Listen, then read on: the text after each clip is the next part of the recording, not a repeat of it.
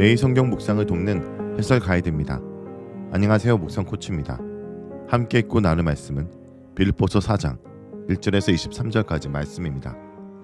바울은 유오디아와 순두개의 문제를 거론하며 성도들이 어떻게 대해야 하는지 설명합니다. 이어 빌립보 성도들에게 자신에게서 듣고 배우고 본바를 행하여 서로 그리스도의 덕을 끼치라고 권면합니다. 1절에서 9절을 보겠습니다. 1절에서 9절은 한마음으로 세워가는 교회에 대해서 말합니다. 할례를 주장하는 유대주의자들에 대해 그리스도의 십자가 원수들이라고 강하게 비판한 바울은 이제 빌립보 교회 성도들에 대해서는 따뜻한 사랑의 말들로 권면합니다. 그러므로 라는 접속사는 앞으로 할 권면의 근거가 바로 앞서 선포한 복음임을 말해줍니다. 이제 갈보리 십자가로 이미 구원에 참여한 그리스도인들이 부활의 몸을 입을 하나님 나라의 완성을 기다리는 이 긴장의 때를 어떻게 살아야 하는지를 말해줍니다. 주 안에 서라라는 것은 주 안에 견고히 서서 흔들리지 말라, 미혹되지 말라라는 의미입니다. 이것은 1장 27절의 겉면을 되풀이하고 있습니다. 이번에도 그때처럼 멸망이라는 운명을 가진 대적들, 그리스도의 십자가 원수로 행하는 대적들의 핍박이 있지만 독자들은 하늘로부터 올 구원자의 영광스러운 구원을 바라보면서 주 안에 굳건히 서야 한다고 말합니다. 특히 빌립보 성도들을 부르는 호칭에서 성도들이 향한 지도자의 예정을 엿볼 수 있습니다. 바울이 주님 앞에서 기대한 상급은 바로 거기서 만나는 성도들이었던 것입니다. 바울은 다시 한번 성도들이 같은 마음을 가질 것을 당부합니다. 여기서는 특별히 유오디아와 순두개라는 두 자매 이름을 거론하면서까지 당부합니다. 그 이유는 이 두 자매는 교회 안에서 대단히 열심히 있는 성도이었지만 마음이 하나 되지 못한 문제가 있었기 때문입니다. 바울의 빌립보 전도에 큰 후원을 해준 여인이 자주장사 루디아였습니다. 그런데 루디아는 사람 이름이 아니라 소아시아의 누디아 출신이란 뜻입니다. 따라서 이 두 여인 가운데 한 명이 누디아일 수 있다는 주장이 설득력이 있습니다. 그리고 바울과 멍에를 같이 한 자에게 이 부녀들을 도우라고 부탁합니다.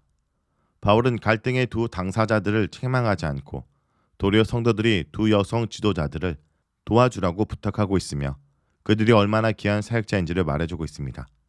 여기서 멍에를 같이 한 자가 누구인지는 알 수 없으나 바울과 대단히 친근하고 함께 일한 동력자임을 알 수 있습니다. 2인칭 단수로 된 너는 빌립보 교회 전체를 가리킨다고 볼 수 있습니다. 4절은 항상 기뻐하라고 말하는데 주 안에서 항상 기뻐하라는 말씀은 빌립보 교회 성도들에게 특히 의미 있는 겉면이었습니다. 왜냐하면 그들은 사도 바울의 감옥 생활에 대해 많이 염려하고 걱정했기 때문입니다. 여기 주 안에서는 주님의 통치와 다스림 안에서 혹은 주님의 연합을 통해서라는 뜻입니다. 모든 사항의 주인이 하나님이시라는 인식이 있을 때만 우리는 사항을 초월하여 기뻐할 수 있는 것입니다. 여기서 간용은 너그러운 마음, 용납하는 마음을 뜻합니다. 이것은 다른 사람에 대해 너무 까다롭거나 엄격하게 대하지 말라는 의미입니다. 왜냐하면 그런 마음에서 쉽사리 싸움과 다툼이 나오기 때문입니다. 6절에서 7절은 염려하지 말고 기도하라고 말하는데 모든 염려거리는 다 기도 제목입니다. 따라서 마음속에 염려가 있으면 다 하나님께 아뢰야 합니다. 곧바로 알려드려야 합니다. 이때 감사함으로 아뢰는 것이 중요합니다. 그러면 하나님의 평강이 우리의 마음과 생각을 지켜주실 것입니다. 지금 외부로부터 오는 고난의 사항을 배경으로 하는 기도의 겉면임을 기억해야 합니다. 혹은 공동체 내부 갈등으로 인해 평강이 흔들리는 사항을 전제로 합니다. 그때 기도하면 하나님이 우리의 마음과 생각을 지켜주셔서 개인이나 공동체가 평강 가운데 거할 수 있게 해주십니다. 그런데 그것은 모든 지각에 뛰어난 하나님의 평강입니다. 그 평강은 외부적인 사항이 변해서 얻은 것이 아니라는 뜻입니다. 그래서 인간의 기대와 상식을 뛰어넘는 방식으로 임한 평강입니다. 하나도 변하지 않았는데 나만 변한 것입니다. 그것이 기도응답이지 내가 원하는 대로 사항이 변하는 것이 기도응답이 아닙니다. 우리는 또한 생각을 바로 해야 합니다. 기도하고 나서 금방 나쁜 것들, 불길한 것들을 생각하면 안 됩니다. 따라서 우리는 늘 긍정적인 것들, 좋은 것들, 하나님 보시기에 선한 것들을 생각해야 합니다. 그리고 우리는 또한 바울에게서 배우고 받고 듣고 본 바를 행해야 합니다. 그렇게 하면 평강의 하나님이 우리와 함께 하실 것입니다. 성도 여러분, 공동체를 분열하는 헌신이란 있을 수 없습니다. 빌립보 교회의 중요한 여성 지도자인 유디오와 순두계는 어떤 이유에서인지 한마음을 품지 못했고 두 여성의 다툼은 바울에게 들릴 정도로 심각한 상황인 것으로 보였습니다. 그럼에도 바울은 두 여인을 비난하거나 정죄하지 않고 바울과 멍에를 같이 한 어떤 사람에게 두 여인을 도와 빌립보 교회를 든든히 세워가라고 부탁합니다. 그 이유는 두 여인의 분쟁이 자칫 교회를 분열케 하는 원인이 되면 안 되기 때문입니다. 교회를 위한 나의 헌신이 다툼으로 변질되지 않도록 일보다 교제, 나보다 공동체를 먼저 생각하는 성숙한 마음과 자세를 잃어버리지 말아야 할 것입니다. 다음은 10절에서 23절을 보겠습니다. 10절에서 23절은 자족의 능력과 비결에 대한 내용입니다. 10절에 바울이 주 안에서 크게 기뻐한 이유는 빌립보 교회가 바울을 위해 생각하였던 것이 다시 싹이 났기 때문입니다. 곧 그동안 마음으로 있었으나 도울 기회를 찾지 못하고 있다가 이제 바울을 돕게 된 것을 보고서 기뻐하였습니다. 바울은 자신에게 필요한 선교 헌금이 채워진 것을 기뻐한 것이 아니라 성도들이 선교 헌금을 할 수 있었다는 사실 자체를 더 기뻐하고 있는 것입니다. 선교 헌금은 자신에게 유익이 되는 일이기 전에 선교 헌금을 한 성도에게 유익한 일이며 그것은 궁극적으로 하나님께 드린 것이기 때문입니다. 바울이 이렇게 말한 이유는 궁핍하여서 선물을 받았기 때문이 아닙니다. 그는 어떠한 형편에서든지 자족하기를 배웠다 합니다. 형편이 좋아야만 만족하는 것이 아니라 어떠한 환경 속에서도 현재 처한 그 상황에 만족하기를 배웠다 합니다.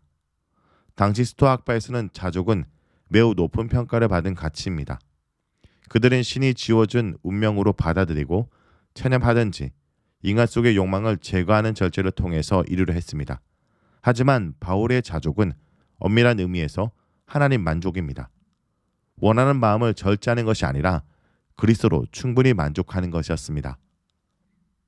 13절에 모든 것을 할 수 있다. 이 구절은 모든 역경을 이기고 성공할 수 있다는 식으로 많이 설교되고 있습니다. 그러나 바울이 말하는 것은 어떤 상황 속에서도 감당할 수 있는 의미입니다. 곧 옥에 갇혀 있을 때에도 감사하고 만족할 수 있다는 의미입니다. 그리고 내게 능력 주신 자는 나를 능가하게 하시는 자가 정확한 번역입니다.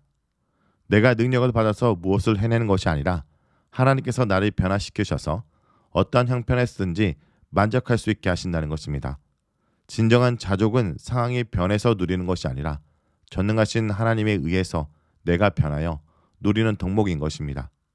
이것은 주 안에서 기뻐하라는 말처럼 주께서 이 모든 상황의 주인이 되신다는 인식으로 모든 것을 선의적 관점에서 바라보고 또 그리스도 중심적이고 복음 중심적으로 해석할 때 가능한 것입니다. 즉 자기 무능을 인정하는 겸손한 자기 부정에서 자족은 시작되는데 이 구절을 정반대로 주님의 힘을 빌어서 내가 원하는 모든 것을 할 수 있다는 것은 잘못된 이해인 것입니다. 빌립보 교회는 바울을 돕는 일에 열심히 했습니다. 그냥 기도만 하고 만 것이 아니라 필요한 물품들을 보내주었습니다. 이것은 바울 개인을 위한 것이 아니라 복음을 전하는 사업에 독참한 것입니다. 바울은 자신이 선물을 받아서 좋아한 것이 아닙니다. 그보다는 빌립보 교회의 믿음이 자라서 선한 일에 힘쓰므로 하나님 앞에 의의 열매가 풍성해진 것을 기뻐했습니다. 풍성한 열매는 의역으로 새 번역에서는 나는 여러분의 장부에 유익한 열매가 늘어나길 바랍니다. 라고 번역하고 있습니다. 바울은 투자한 자산이 늘어가듯 이 땅에서 복음 전파에 동참하는 것이 하늘의 이익 배당을 증가시킨다고 생각하고 있었습니다. 그 선행은 하나님이 기뻐 받으시는 향기로운 제물이 되었습니다. 바울은 선교헌금은 자신이 아니라 1차적으로는 하나님께 드린 제물이라 생각하였습니다. 바울의 필요를 채워준 빌립보 성도에게 바울이 줄 수 있는 것은 기도의 선물이었습니다. 그가 기도한 것은 그들의 쓸 것을 하나님께서 공급해달라는 기도였습니다. 그들은 늘 필요한 것이 있을 만큼 넉넉한 교회가 아니었는데도 바울에게 선교헌금을 보낸 것입니다. 우리 하나님은 우리에게 풍성한 대로 우리의 모든 쓸 것을 채워주신 하나님이십니다. 하나님의 부유하심에 어울리게 채우실 것이고 하나님의 영광에 어울리게 채우실 것입니다. 성도 여러분, 주님은 어떤 환경 속에서도 우리와 함께 하십니다. 내게 능력 주시는 자 안에서 모든 것을 할 수 있다라는 사도 바울의 고백은 결코 자기 체면이나 자기 가시가 아니라 부유할 때든 빈궁할 때든 어떤 상황 속에서도 자족하는 법을 배웠다는 말입니다. 바울이 강조하는 것은 능력과 바뀐 환경이 아니라 모든 상황 속에 바울과 함께 하시는 하나님입니다. 혹시 나는 함께 하시는 하나님보다 하나님 주시는 능력과 축복에 더 많은 관심을 갖고 있지는 않습니까? 우리 자신을 돌아보기 원합니다. 기도하겠습니다. 주님, 경쟁이 아닌 협력으로, 분쟁이 아닌 연합으로 건강하고 아름다운 공동체를 이루게 하여 주시옵소서. 특별히 어떠한 상황 속에서도 하나님이 저와 함께 하심을 믿고 기뻐하며 자족하는 자가 되게 하여 주시옵소서. 예수님의 이름으로 기도합니다. 아멘.